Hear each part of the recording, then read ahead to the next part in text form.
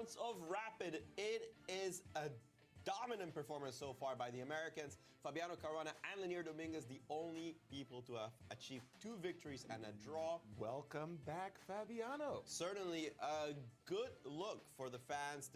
Wesley saw that's going to be capturing our attention. Wesley, not known to take... Co-leader, I want to say, is sitting at the board. Fabi and Wesley just joining the fray. Wesley just making it. I was about to say, yeah. He slipped into his seat. And by the way, those are, again, these gorgeous tables that were custom made for the St. Louis Chess Club with those really, really nice felt, green felt, and the chess sets, fantastics. And the arbiters cleaning the sets as they get prepared. Wow, all kinds of precautions here taken, especially in the time of COVID. Yes. We do have mask mandates in St. Louis, actually, to help prevent the spread. No spectators allowed either. For the first time in, I think, the history of the event. Absolutely. I mean, of course, here at the St. Louis Chess Club, we love to have spectators and visitors.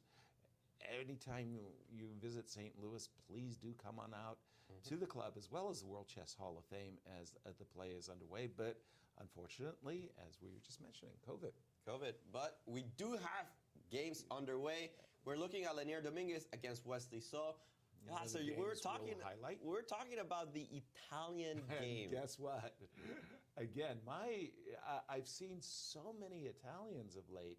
It's sort of like I've lost track of theory, because theory on each and every move, there's just a different way of approach. Like, for example, right now, a completely different approach would be to play b2, b4, and a2, a4, and expand.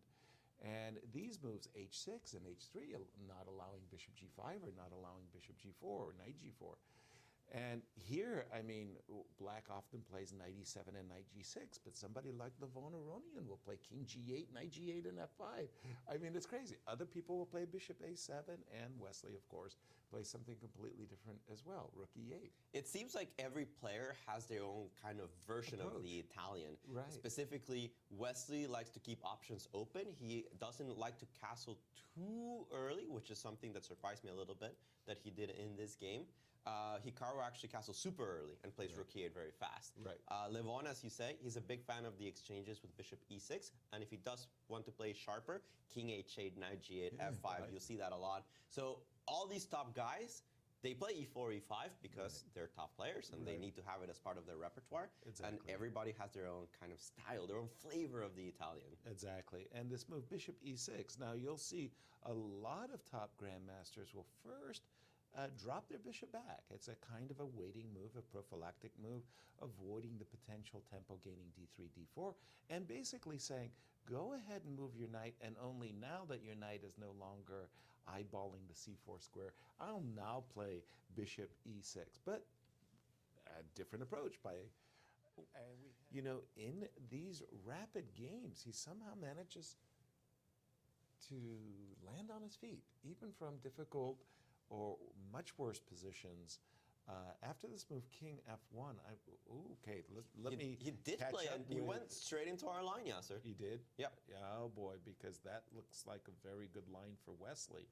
How did we get here? Just a second. You know, the more I see it, the more I'm not wondering. Convinced? Not that convinced. Okay, so when we left it, we just left it here. We had just seen the move king f1. Yeah. But we thought h4 works for black. Because Leinier said, show me. Show me. And he played the line that we thought.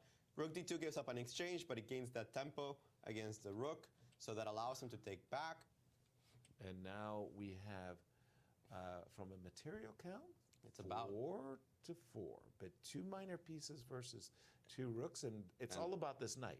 You get the knight in the game, it's game over, but there's a b6, b5 pawn that could potentially throw a bone. Honestly, I don't think that white's ever in danger here, just because I always have control over the 7th rank. And he did start with the move rook takes d2. Rook takes d2 makes a lot of sense. Okay, and we are expecting knight f6, and why do you say that it's not? I'm seeing issues. I really am. If you try to go king f3, I've got rook f8, maybe king d3. I'm rook d8. I don't know. I'm starting to even try to calculate if rook dc2. Rook on d1 to c2. Yeah, very good. Go ahead, take my pawn on e4. Why do I care? And you Rook wanna go c8, rook and let me c8. try to queen that guy. All right, good point. It's really far. Maurice, back to you and the game of Richard Rapport.